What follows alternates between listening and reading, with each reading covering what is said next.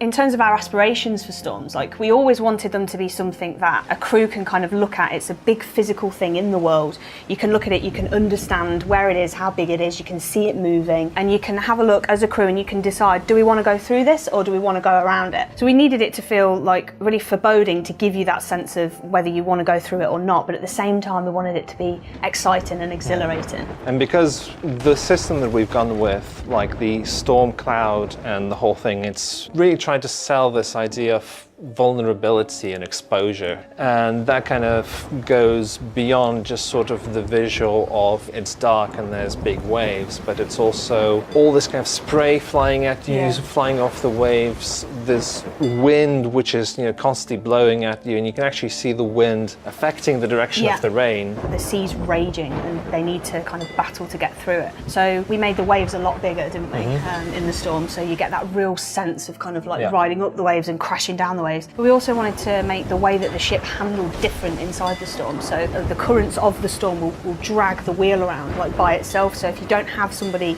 standing on the wheel continually fighting it, you'll kind of drift off and not be able to go where you want to go. And even if you are there steering the wheel, you really have to fight. It's very difficult to go the direction you want to go. And we added in the ability to have the deck actually get wet as well as part of this, didn't we? So the waves are coming over, but the deck actually gets wetter, and then it'll start to drip below decks. I don't know how many people are going to notice this, but it's actually a proper fluid simulation of water kind of seeping through all the planks on the deck. You also get a very slow amount of water just filling up. So after you came out of the storm, there's a little bit of cleanup. You'll have a couple of buckets of water that you'll need to bail out. Even at the bottom of the ship, you're not going to feel safe. You can feel it rocking around, and all this water sloshing around. And you can hear it still as well. Yeah, you can hear it still as well. You have all the wind and the rain. It's really kind of oppressive atmosphere. From the tech art side, we've always known that was like a major milestone we were going to hit. So we've had a lot of the supporting features slowly added in over the course of development. Like the rain system